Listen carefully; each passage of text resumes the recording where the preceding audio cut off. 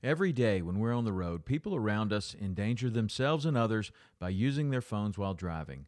They think they're hiding it, but we've all seen them and know exactly who they are. For instance, there's a sneak-a-peeker who darts their eyes between the road and their text.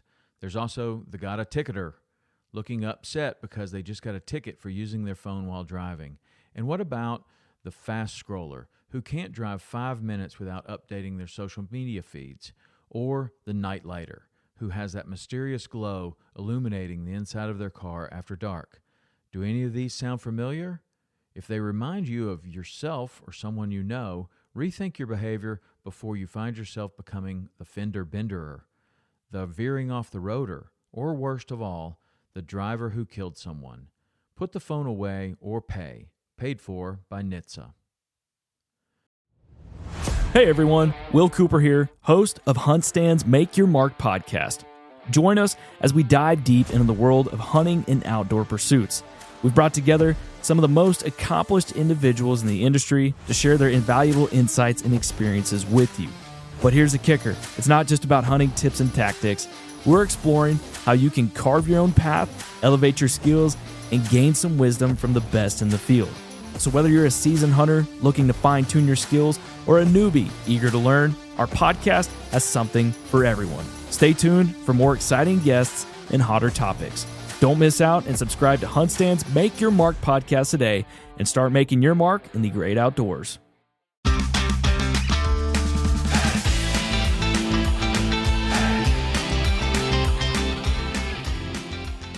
Hello and welcome to the Publicly Challenged Podcast. I'm your host, Luke Oswald, and I hope you join me on my quest for knowledge to become a better public land hunter, angler, and forager. Stick with this and who knows, maybe we will learn something together.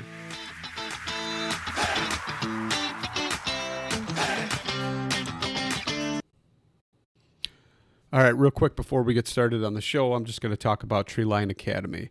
You've heard me say it. I can't even tell you how many times. Mark Livesay is treelineacademy.net. That's treelineacademy.net. Sign up. Use the promo code PC2020. Save yourself $20. Can't say it enough. It's awesome. Amazing. Most comprehensive e-scouting course out there. Check it out for yourself. Sign up. Use promo code PC2020. Also, check out Basemap. I've been using it now for probably a little over a year. I used it all last hunting season, and I think it was just a great tool to use. I really like their smart markers because I'm not a guy that takes notes, but as long as I have a cell signal, it definitely helps out. I can find out all kinds of information, weather, all kinds of things that was going on that day when I dropped a pin. And then with that being said, you could save yourself 25% using the promo code PC25, and that can only be used on the website, not on the app. If you use the app, it won't allow you to use the discount code. So go ahead and sign up with that. It's cheaper than a lot of the other platforms out there, and for the price of like $24 or $25, you get all 50 states. So it's a great deal. Sign up, man. You won't regret it. And then with that being said, stick around to the end of the episode because we're doing a giveaway here at Publicly Challenged, and you're going to want to find out the details, how to submit and win, because it's big. All right, so I'm sitting here and I am talking to Ryan Lampers. And Ryan, I'm going to ask you to introduce yourself a little bit, and then we can get started on the whole questions I got for you. Absolutely. Yeah. Good to be here, Lucas. I appreciate you having me on. A little bit about me. So Ryan Lampers, I guess I'm a hunter, gardener, forager, family man. I got a couple of beautiful daughters. Got a wife that's in another league that I'm not in, that I'm very blessed to have. Been a hunter all my life, fisherman all my life. Spent most of my years growing up Washington State. Unfortunately, it took me a lot of years to get where I am now, which is in Montana. And my wife grew up here, and she'd been trying to get me back here for a long time. But my work kept me from doing that in Washington. And somehow, some way, we figured out a way where we could both make a living here in Montana, and that had been a goal of ours for a long time. Met my wife in Alaska a long time ago. Been married a long time. I've been 24 years. I've known my wife for 25 years, and yeah, that's kind of me in a nutshell. We do a podcast of our own called the Hunt Harvest Health Podcast, and um, just a lot of different little businesses that my wife and I have started together since we've been here in Montana. We have a supplement line and a CBD line, and um, just a whole lot of different little small businesses that we're doing anything and everything we can to make it work here. But I think for folks that have heard my name in anywhere, it's probably got something to do with hunting. I like to spend a lot of time on the mountain in the woods and pursuing all that in the fall and spring. And I guess I can't say that anymore. It's almost year round now, Lucas. It's try to find something to do, new experience, new place to go check out. So yeah, that's kind of me in a nutshell. So how many days, Ryan, do you think you actually spend in the field hunting? Boy, that's a good question. It's probably an embarrassingly large amount of days. If you kind of total everything up, I've already spent almost 20 days just down in Arizona, and that was January, getting ready for spring bear, and I will be probably 25 days there, and then the fall seasons. Let me think about that for a second. I'm going to say, geez, we're pushing half the year. It seems like I'm out doing something, whether that's an actual hunt or a scout or an overnighters. But most of the trips end up being, we try to keep them at those 10-day marks. Like we try to carve out 10 days for a big trip. So it ends up being a lot of days. And then fortunately, with all those days in the field, I do get to work from home, so I get to spend a ton of time with my family here, and that kind of makes up for all those days of being gone. So, yeah, probably get close to half the year. That's awesome. That's awesome. I counted up my days because the state of Illinois. So for whitetail hunting, I totaled it, and it was only 18 days total that I hunted whitetails. I wasn't that impressed. A lot of it was weekend warrior stuff, and then I took one full week. So I told my wife, I said, guess how many days? She goes, I don't know, probably at least like 35. And I was like, not even close, babe. It just happens that way. Like, but what do skiers have? They have like that 100-day a year is what they shoot for, right? Yeah. Even if that's just a couple of quick routes down the mountain, they want that 100 days. I think that solidifies you as a ski bum, which is like a feather in your cap. But yeah, I don't see why we shouldn't treat hunting the same. That 100 days. It doesn't have to be all day or overnighters either, just a little bit here and there. So, Ryan, one of the reasons I want to have you on was to talk about the Western Hunting Summit, because I think a lot of people take Western hunting for granted, and, they don't realize what they have out there because it's just a way of life or whatever. And a lot of people that travel from the Midwest don't quite have that experience, or even from the East or wherever. And they want to get into hunting, Western hunting. And like myself, I had an experience, and kind of, I've always been super curious to see those pictures of yours coming out on the internet and some massive bull or what big black bear or whatever you're chasing, and so I thought it was really, really cool when you came out with the concept for the Western Hunting Summit. And I was like, man, I have to go to that. I just have to. The first year I wasn't able to make it. My wife wouldn't let me away. Obviously, I had a newborn son at the moment, or he was due any moment. So I was like, man, if he does this next year, I've got to get out there. And I just, I wanted to learn from it, and I thought, man, what better people, these seem like a great group of people that he's put together. And I just wanted to learn and be able to just take some of that knowledge with me and try and advance my skill set and make me a better hunter. And so that's kind of one of the main reasons why I want to talk to you today. So can you kind of tell us, how you conceptualized the entire Western Hunting Summit and what made you want to do that? Yeah, for sure. boy, this could be a long answer too. That's okay. I'm not one to usually ramble on, but this one might get me rambling for a while.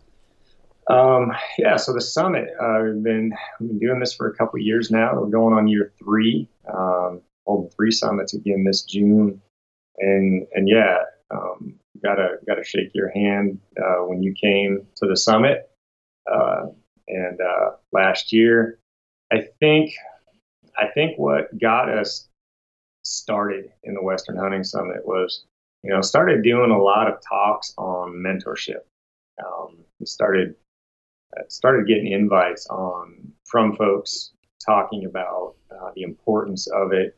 We started talking about it, did a couple podcasts about it, and I will give any success that I've had, I will give that credit to mentors that I've had in my life, from my dad to my uncle to just a great individual that I met in the North Country of Idaho, Dallas Blood. He was a great mentor of mine when it comes to elk.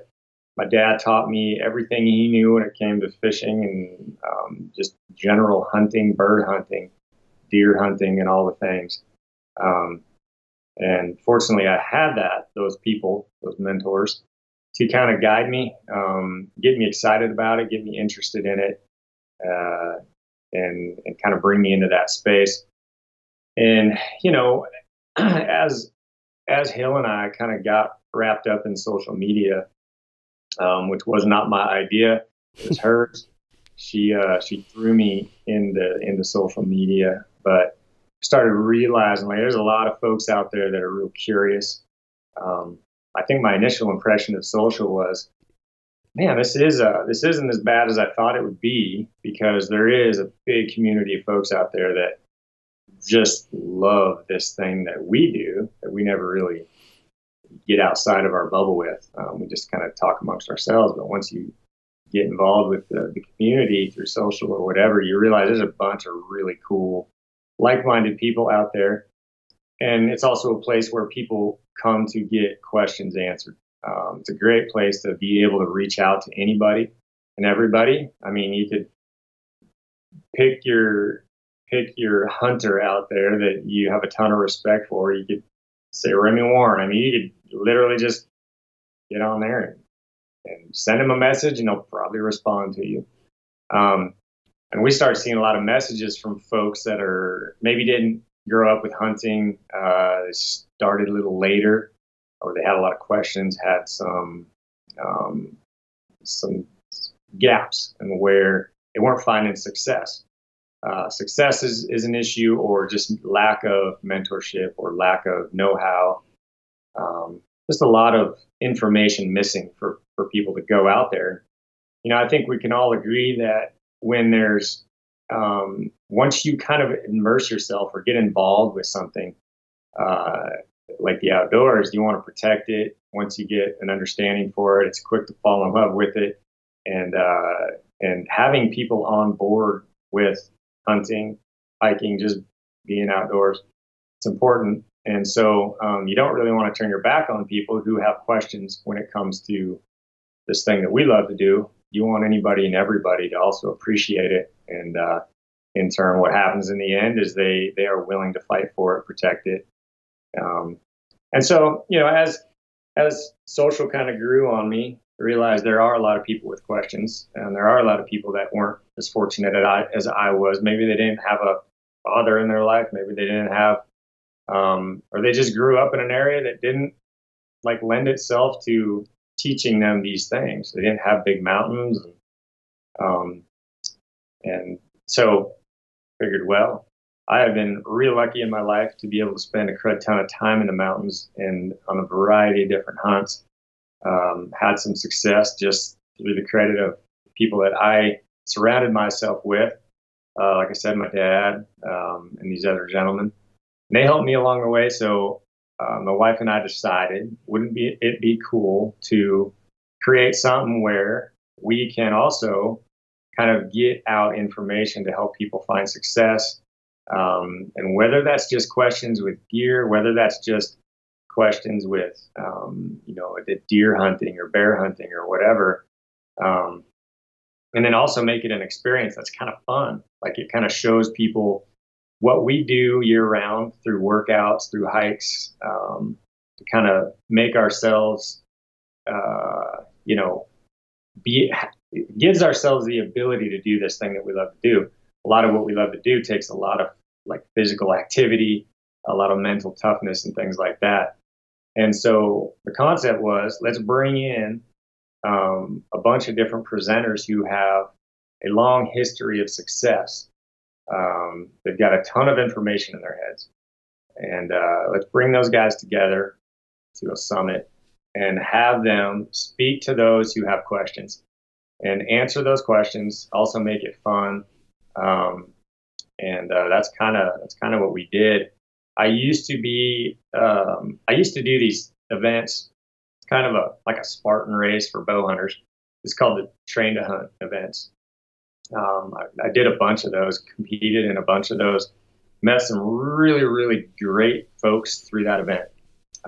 Kenton Claremont started it, and actually him and Dan Staten started it, and then Kenton took it over. And just going and competing in these events, there was a community built around Train to Hunt that was pretty incredible. Like, we suffered together through these really difficult challenges and, you know, weighted hikes, and we competed against each other, and we all kind of went through the suck. And in the end, you tend to appreciate all the other folks that did it. And so you build these relationships with these folks. And me and my wife, we were like, man, this is such a great thing. Such a great little community we have here. I mean, the hunting community is great, but then this little event, this Train to Hunt event, was a community in itself. And, we made great friendships with a lot of those people. And that also spawned this little thing that we wanted to bring. We wanted our own, like, cool little community that we could keep in contact with people and try to help each other out. And that was with the Western Hunting Summit. And so since we've started the events, we've had 4 of them now. It's great because we've met some great people that are now going to be lifelong friends, and we keep in contact with those people. We bounce things off each other. Folks that find success send me photos, and we get to talk about them. And it's just a great little community, and I love seeing that, because that's kind of what I was hoping for when we started the summit, was just that, which we got to experience way back when we did those Train to Hunt events. No, that's pretty cool. So then after you got the conception of it and you guys have done them, like, what are the things that you want to impart in the people, the actual, knowledge, or what are some of the things that you just kind of want to pass on that you don't think you would normally be able to do through, avenues like social media or things like that? Right. Yeah. One thing, like we had talked about when we started them, is we wanted to keep them really small. And that way, it's easier to have one-on-one conversations with anybody and everybody that comes to the event. Like, any attendee that comes there can get you alone, can get you off on the side while maybe a workout's going on or another presentation's going on or you're eating or whatever, and just have really good conversations. Kind of like what we did, like when we did a hike. We do these hikes, climb to the top of the mountain. Like, they're decent. They're pretty decent hikes, right? Yeah, it was pretty decent. That elevation jacked me up, Ryan. And what was cool though is you hung back, and it was you and me walking together, and you were kind of talking to me along the way. And I think if we were in the main group or something, we probably wouldn't have gotten to have the conversation about foraging and everything like we did, and talk about the mushrooms. And I pointed out some nettle and said, you better grab some of that for Hillary on the way down, and, stuff like that. Just, I don't think we probably would have had that connection otherwise either. So, yeah. And it's neat. It's neat to do that for sure. Yeah. And so, we wanted to have a smaller group where we could have those easy conversations with folks, whether it's on the hike or at the actual event. And then just kind of bring a bunch of different, like I said, really successful guys. There's a reason that folks, I don't know what it is. You hear the 90-10 rule quite a bit. But there's also, you break that down even further, there's like a 1%, like cream of the crop. These are guys that probably play in the woods way too much, and they just have knowledge because of all the experience that they've gathered. Those are the guys that I want to pay attention to and follow and ask questions. So, I try to, like pick out these gentlemen out there that have had these experiences, that have proven time after time after time after time again that they've figured out something that is making them successful throughout the years and almost through every hunt. Those are the folks that I wanna kind of pick their brains. I mention Brian Barney all the time. He's a guy that I really respect a ton. He practices what he preaches. He practices what he preaches. He's a great shooter. He practices his shooting constantly. I've witnessed that. It was pretty cool. Right. He's tough. In fact, we do a contest, the Beat Brian Barney contest at the event. And I don't know if he's ever going to lose that contest. He gets out to some pretty long shots, and he's just, like I said, he practices so much. He runs every day. He's very fit. He's just a sound hunter because he works so hard at it.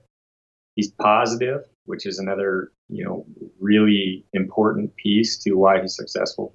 Guys like that, I've got a few guys that are like reoccurring gentlemen that come in, and Brian's one of those guys. Mark Livesey is another gentleman that comes. Guy's a book of knowledge when it comes to e-scouting. I don't know if there's anybody out there that's as good as Mark, or has put in the time and attention to detail that Mark has put in.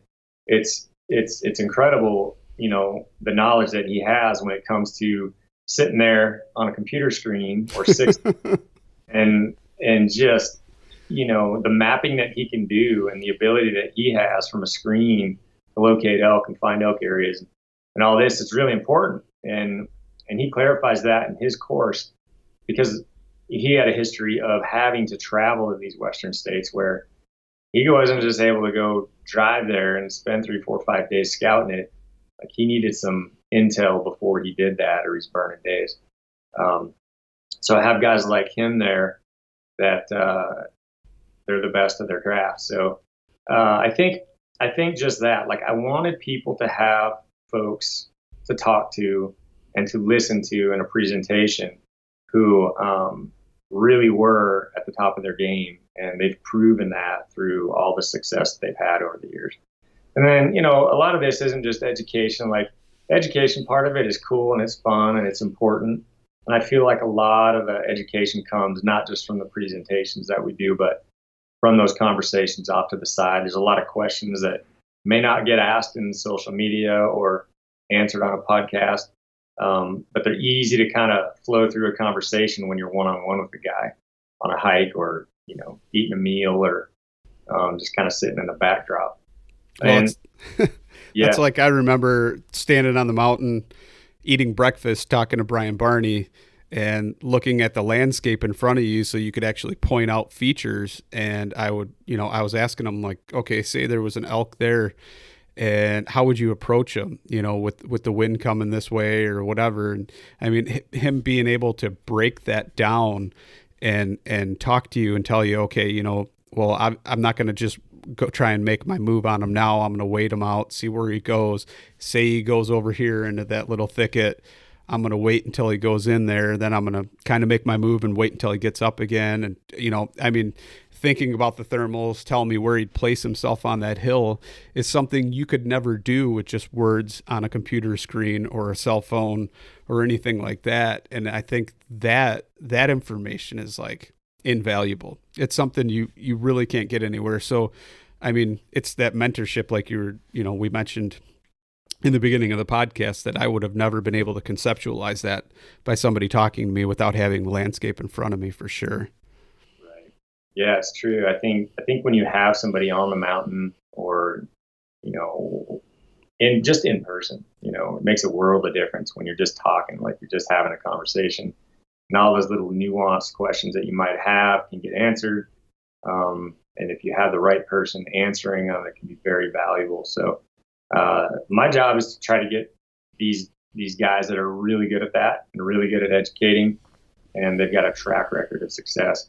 So, which is a fun job for me because I get to bring in just some studly folk that are just great humans and really have accomplished a lot. And I think our lineup continues to get better and better every year that we do this and every event. And I'll be honest, because when we first started, like the education part of it, the mentorship part of it was like number one. That's what I wanted to focus these summits on.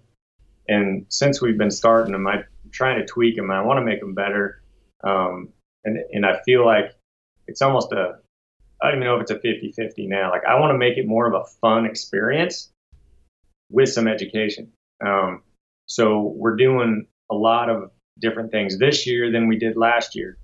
And so I think they're valuable. I think, we're introducing a lot more fun little challenges and events and shooting competitions. And for example, like we've got 3 events this coming year. We got a rifle event, which is unique. As you know, last year we did basically a critter specific. So we did a couple of elk events, deer event, and then a bear event.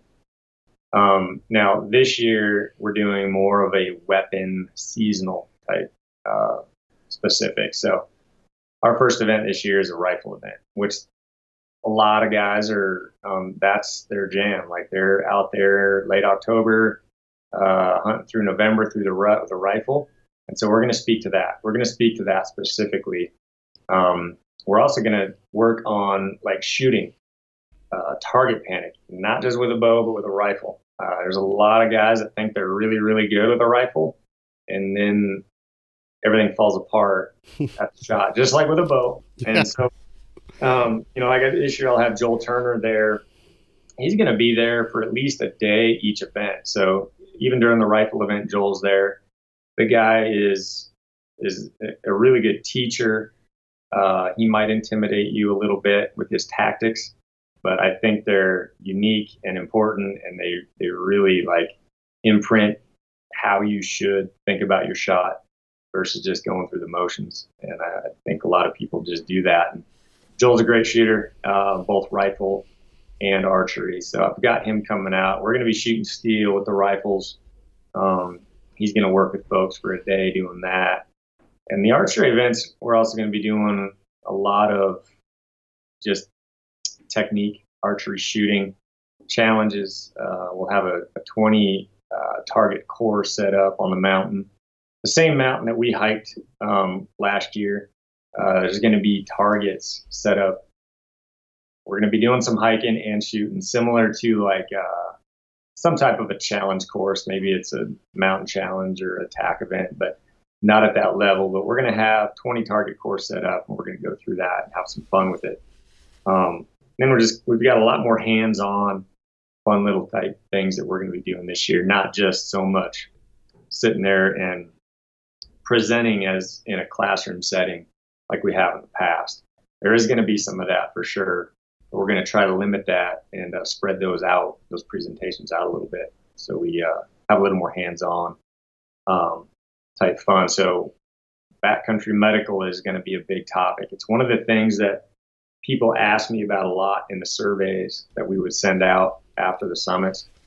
Folks were really curious about like situational things that could happen to you on the mountain. So I've got a really good expert coming in, and he's going to do some hands-on stuff, and we're going to go through all the scenarios that could happen on the mountain. That's something I don't think actually gets talked about enough. And I've got a episode coming up pretty soon that really dives deep into the woods, and I've got one of the guys from Fieldcraft Survival coming on and talking about that. And I mean, those dudes, from combat medic type rescue situation to applying it in the field, I think it's super, super important. And that's like, I can't stress it enough for everybody listening. I've started carrying a tourniquet in my pack, because that is, I mean, you're playing with sharp sticks all the time with pointy little knives on the end of it, you know? I mean, the prime example is your buddy Dave Brinker.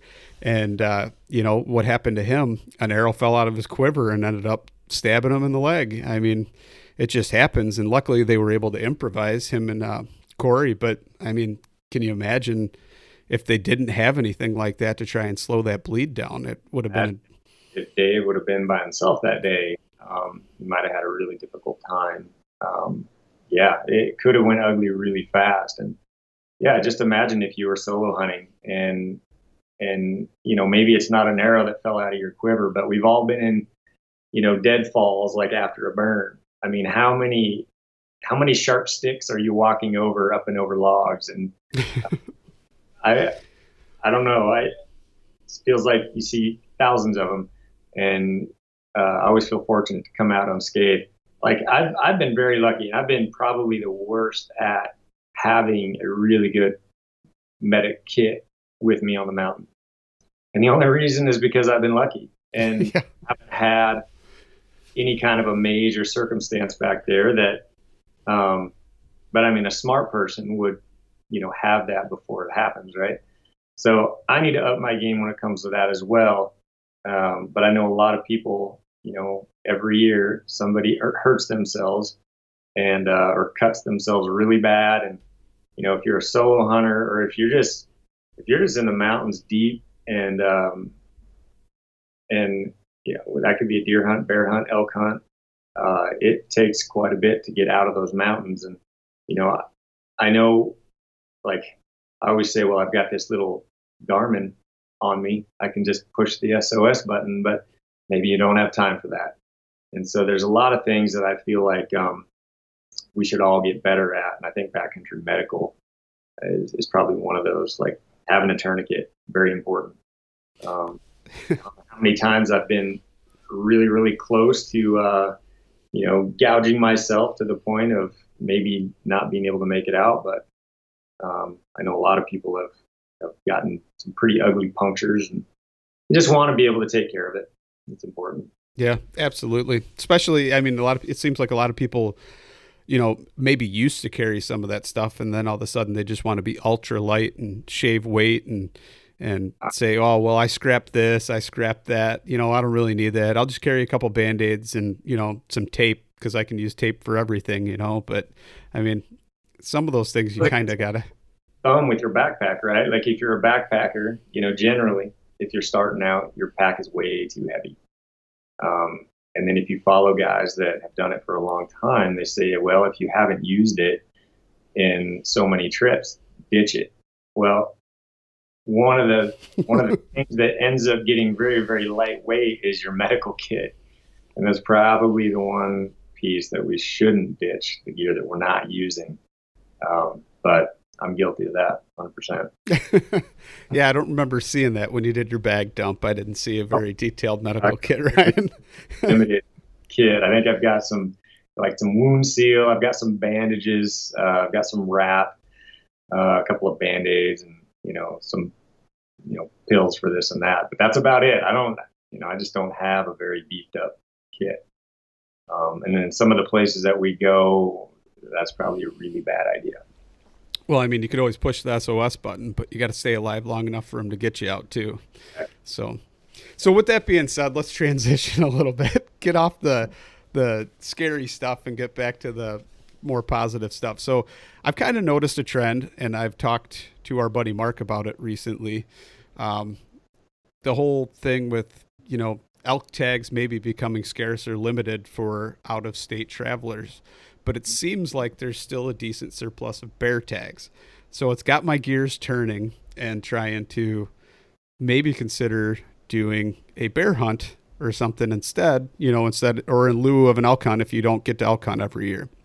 Yeah. So with that being said, I remember we were walking on the hike when we had our conversation, and he said, well, Lucas, what do you think? Does this look like good bear country? And I said, Ryan, I couldn't tell you either way. I have no idea. Yeah. So describe in your mind what good bear country looks like. Yeah. Well, where we were was good bear country. There was a lot of bears. I can't remember on that trip if we saw many bears. Probably about 10, I think, 10. honestly. I mean, geez, we're in Montana. There's not many areas that are not. Once you hit the mountain, it's pretty loaded with bears. But yeah, first off, from what you said when you started out, yeah, the tags. We're starting to see a big transition from how states are treating maybe non-residents, right? I think tags are going to be a little bit more difficult if you want to have opportunities in these other states. Point Creek, drawing a good tag is getting more and more difficult. If you live in a state that doesn't have resident hunts, you're going to be struggling. I think the future is going to be a little bit more difficult on a lot of these great deer tags and elk tags. Montana, if you're a Montana resident, we've got a fantastic season. We get a long season. We get cheap tags and a number of them. But there's a lot of states that don't have really, really good. I mean, go down to Nevada. If you want to hunt elk and you're a Nevada resident, you got to find a place outside of it. Utah, Washington, I grew up there. There's some decent hunting, but a lot of folks want to look for greener pastures. So they're always looking at these other states for deer and elk.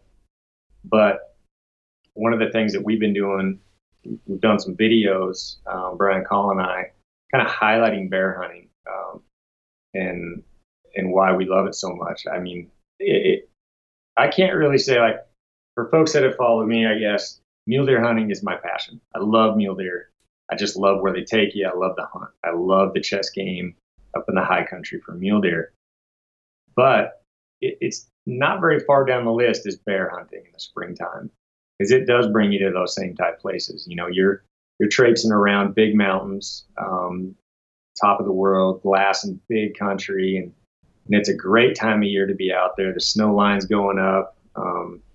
That feed line just moves up the mountain real consistently, and it's just a fun time to be out looking at stuff. And so bear hunting has quickly become one of my absolute favorite hunts. And I think as people get more into bear hunting, which it seems like they are the last couple of years, they're figuring out, yeah, this is something that I want to do like every year. This isn't just this thing I'll do every so often, but they want to do it every year. It's just a great time.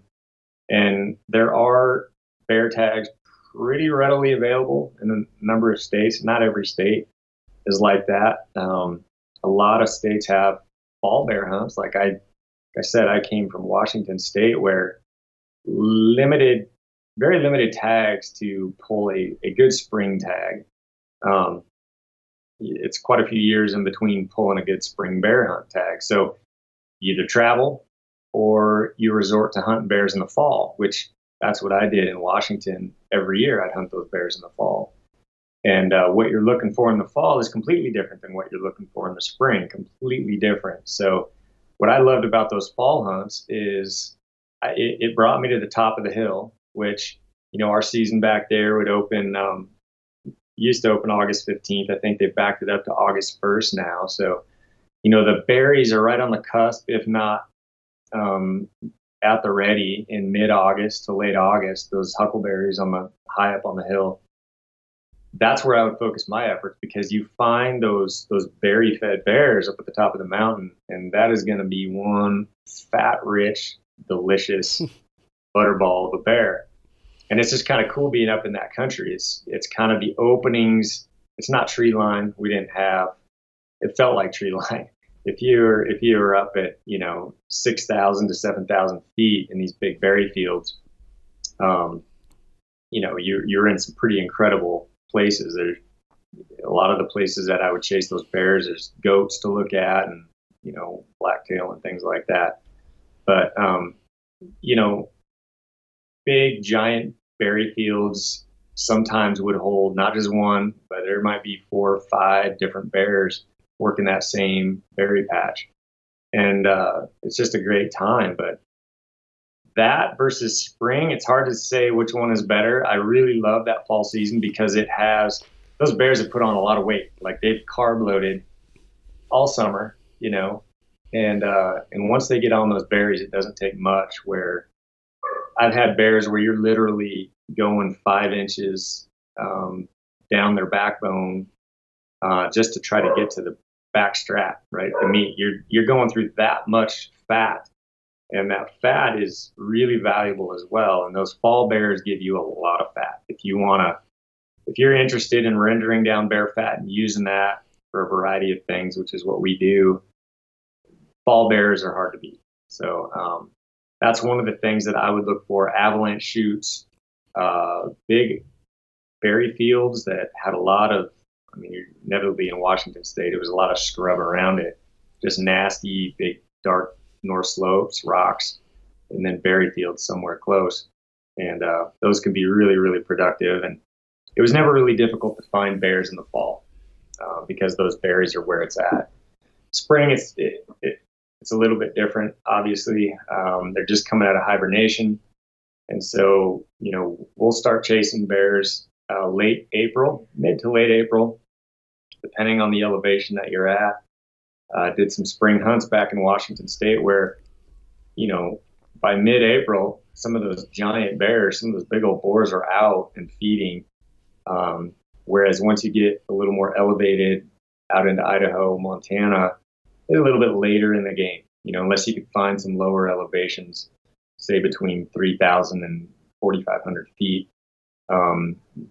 We start, seeing a pretty decent number of bears in that kind of later April timeframe. And so we're looking for the feed, where the salad is. Some of the features that I'm looking for in the spring is creeks, rivers, rocky, nasty country away from folks, and then like open south hillsides with an opposing north hillside that's got all the rough country. Maybe that's where they're denned up. And then you're looking for those green meadows and where the salad is, where the chartreuse, lime colored green grass just pops and it jumps out at you. And that wave of green just kind of starts low and it works its way up, and the bears kind of follow that up. And so a lot of times, when we're hunting that April 20th time frame, those bears are still not all the way out. There's still maybe only 50% of the bears haven't even come out, or a lot less than 50% of the bears are out yet in the areas that we're chasing them. So a lot of folks don't even get out there until May or mid-May or late May, which is when, by that point, all the bears are out of their den. They're just down feeding, and you see a lot more numbers. So does that mean you're going out early? So we go out early when maybe not all the bears are out, but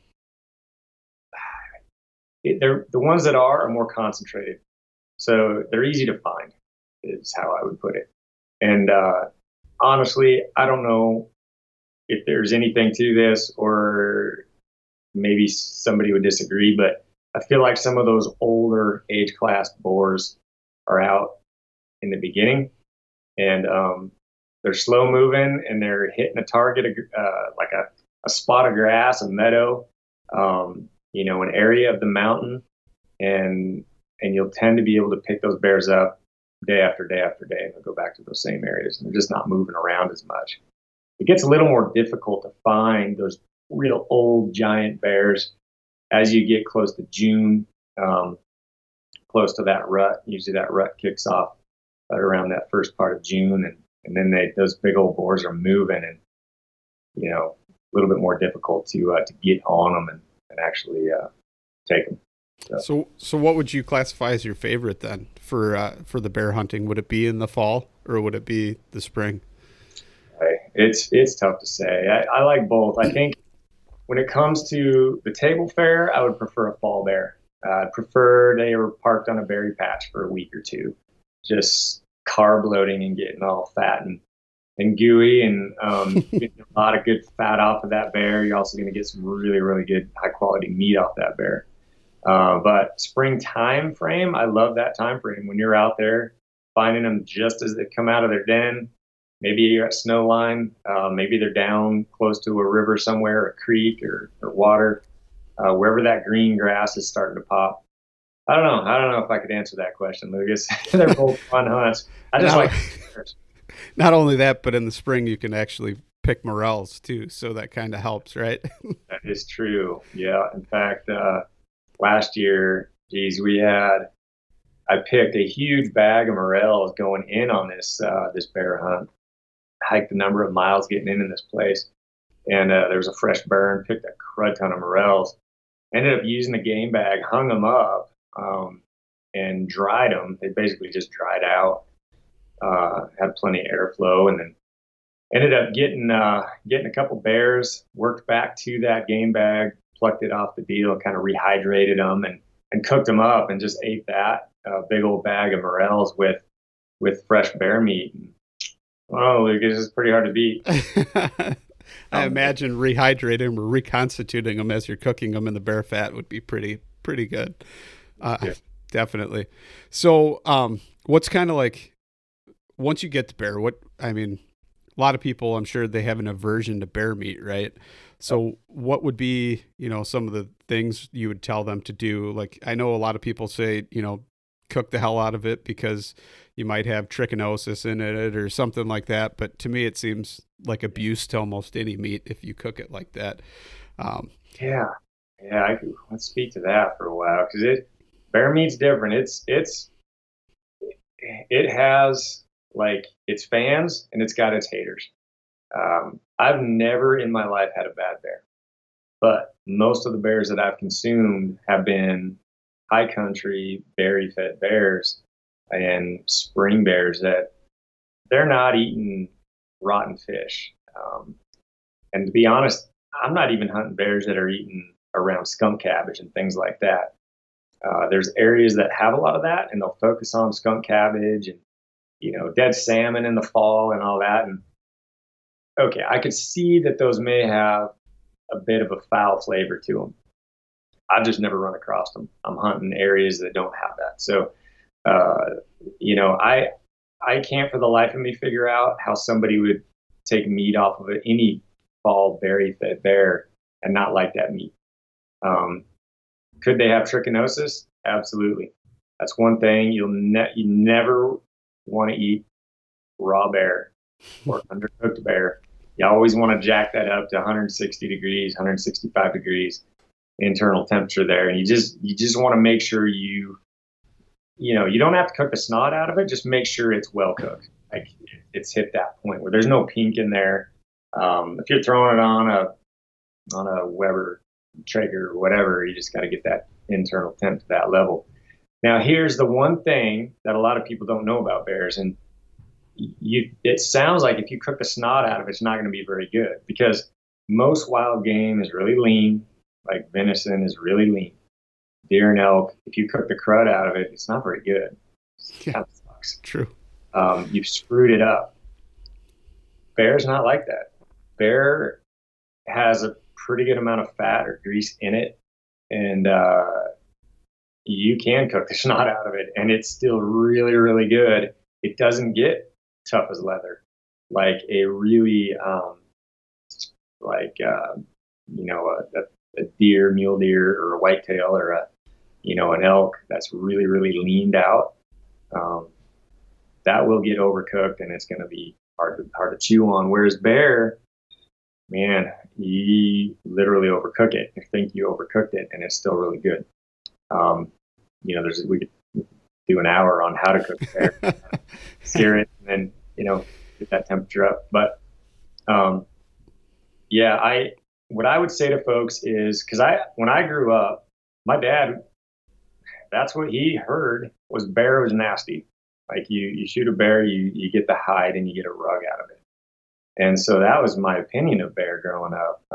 It wasn't until I started taking a couple and bringing the meat back and trying it myself that I was like, what are those crazies talking about? This is incredible meat. I just can't figure out folks that don't like it. And again, there's probably bears that don't taste good. There's a lot of bears in Alaska that are feeding on dead salmon all day that aren't probably going to be that great. But it's really, really hard to beat bear, in my opinion. In fact, it's our family's favorite. If I was to take 3 pieces of meat out of the freezer, and one said bear, one said deer, one said elk, a lot of people would say, well, you go to the elk, right? It's not in this house. It's bear every time.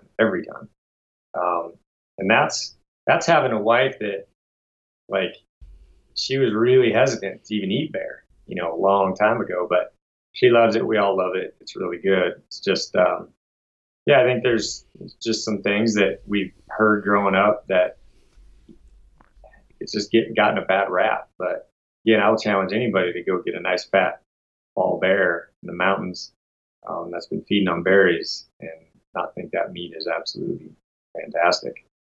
Yeah, no, that's so. What would you just your one favorite way to cook it be, or you got too many of them to decide? Okay, as far as an easy way to do it, and it's that first meal I think on the mountain. I just like to render down some bear fat. So I'll take some bear fat on the mountain. Most of us carry some type of a cooker with a pot, like a Jetboil type cooker. I like to take a bunch of cubes of that bear fat, put it in there, turn it on a somewhat of a low heat. I'll run that Jetboil Mini Mo because it toggles down really, really low and doesn't just burn the crud out of the bottom of the pan. So you can turn that down pretty low and get a good inch and a half of bear fat rendered on the bottom of that. Pull those little fat pieces out, and then I will have chopped up little squares, little 1-inch squares of bear meat. Doesn't really matter the cut, and I'll drop those in and just deep fry those bear pieces into that Jetboil. And I'll just, you can eat it just like that, bring a little seasoning, but that's usually the first meal that we have with whatever bear that we take. And it's hard to beat that on the mountain. Even just cooking bear over a fire, man, it's so fatty. You can charcoal that thing over an open fire and eat it, and it's really, really good. No, So that sounds delicious. It's just on the mountain, eating fresh bear. And then when we get home, I'll smoke a whole bear ham or, on the Traeger. That's a great way to do it.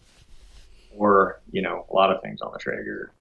I've got a birch barrel where I'll sear this crud out of the outside and then just get that temperature up and cook it at 160 and make sure it sits there for a couple minutes. It's hard to beat. It sounds delicious. Now it's got me want to go bear hunting almost as bad as elk hunting. So, one of the other things too is canning it. I always can. I probably can at least a quarter to half of each bear. It's just easy to do. And it's quick, easy. If you're worried about trichinosis, it's a great way to eliminate any, possibility of you getting trick. Because when you can it, you bring it to a temp it's cooked it out of it for sure.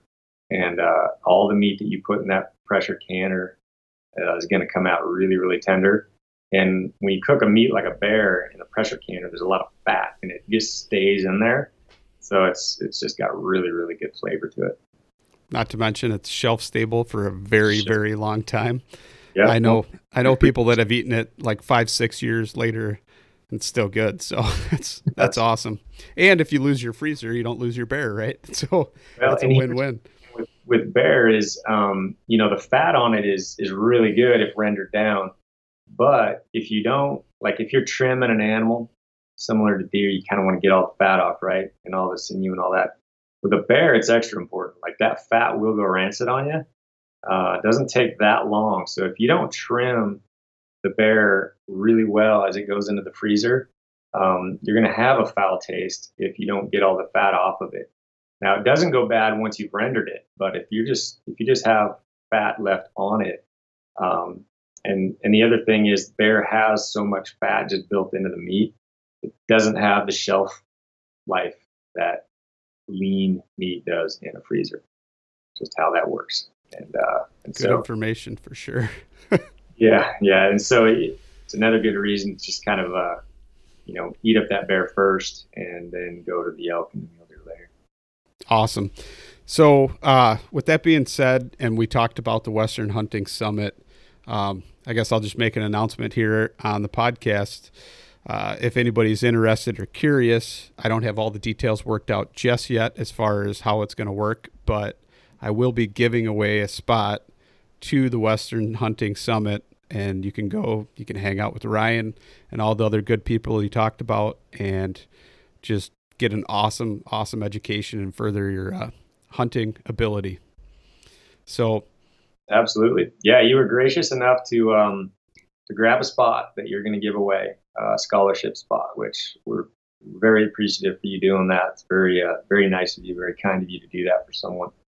Well, I don't know. In my mind, I just thought to myself, if I couldn't go because I want to go elk hunting this year and limited time away and whatnot, it was such a great experience that I did. I just wanted to share it with somebody and give somebody else that experience. So we're definitely going to do something. Like I said, we haven't worked out all the details yet of how that giveaway is going to happen, but stay tuned, everybody. And Ryan, thank you for coming on. Before you go, can you tell everybody where they can find you, where they can find all your guys' info, you and Hillary and everything, and all that good stuff? Absolutely. Yeah, it used to be easy. It's just like Instagram, just the Healthy Hunter, STHEAL. Stealthy Hunter on IG. Do a lot of questions on there, DMs and whatnot. But we also have this other thing, Hunt Harvest Health. So we've got a website called Hunt Harvest Health, and we do some on there. Like I said, we got our podcast, and then we also have our nutrition line now. So Stealthy Nutrition, CBD. So stealthynutrition.com. We do a bunch there as well. So that's kind of where you'll find us. I did steal. I have to admit, I'd stole and modified your recipe for the macaroons and reposted it on my website and turned them into carrot cake ones. And they're awesome, but I did give you guys credit for the steal. So we've got a lot of recipes on the site. We're trying to add more. 2021 is going to be really good. We've got some great contributors to the site, to the Hunt Harvest Health site. So there's going to be a crud ton of new recipes going up on there, as well as a bunch of videos on some fancy dishes, as well as backcountry meals and stuff like that. So that's going to be coming in 21, probably within here 6-8 weeks or so. Awesome. Ryan, it's great talking to you, and thank you so much for coming on and sharing. Yep. Thanks a lot, Lucas. Thanks for having me. All righty. All right, now let's get to the fun stuff here. We're doing a giveaway. There's going to be one lucky winner that gets a spot to the Western Hunting Summit on June 17th through the 20th of 2021. And this spot is a combo spot, so it's about rifle and archery hunting.